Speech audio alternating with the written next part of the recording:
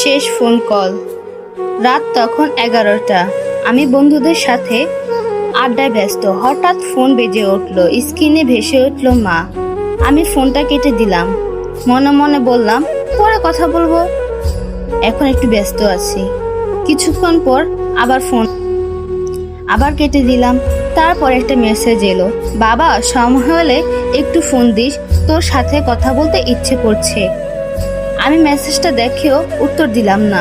পরের দিন সকালে ঘুম থেকে উঠেই ছোট ভাইয়ের কান্নার ভেজা কণ্ঠ ফোনে, ভাইয়া মা আর নেই। আমার হাত থেকে ফোনটা পড়ে গেল।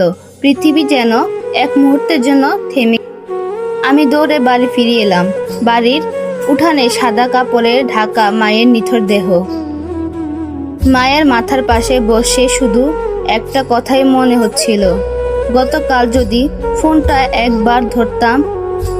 কবরে দেওয়ার আগে মায়ের একটা বালিশের নিচে একটা কাগজ পাওয়া গেল।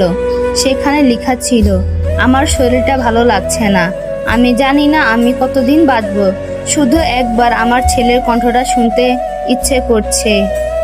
কাগজটা পড়ে আমি চিৎকার করে কেঁদে ফেললাম।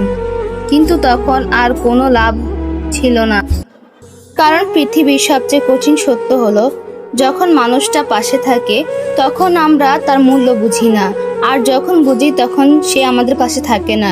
কিছু অনুশোচনা সারা জীবন বয়ে বেড়াতে হয়, কারণ সময় চলে গেলে হাজার কান্নাও করলে তা ফিরিয়ে আনা সম্ভব হয় না।